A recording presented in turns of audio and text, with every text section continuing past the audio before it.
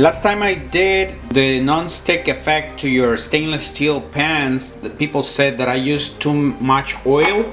Today I'm gonna do it with only 1/4 of a teaspoon. First you gotta get the frying pan hot enough. Once it's hot, you're gonna add 1/4 of a teaspoon of cooking oil. And you're gonna let it heat up. Move it around so it covers the whole thing. If you see the oil burning, take it off from the heat. Once it's hot enough, we're gonna try it with a fried egg. Salt. Now we're gonna check if the non-stick effect worked. If I can turn it over easy without it sticking, that means it worked. You're gonna need a spatula. See?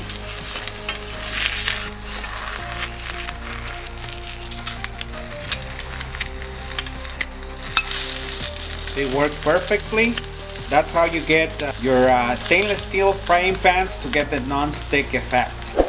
Now it's ready.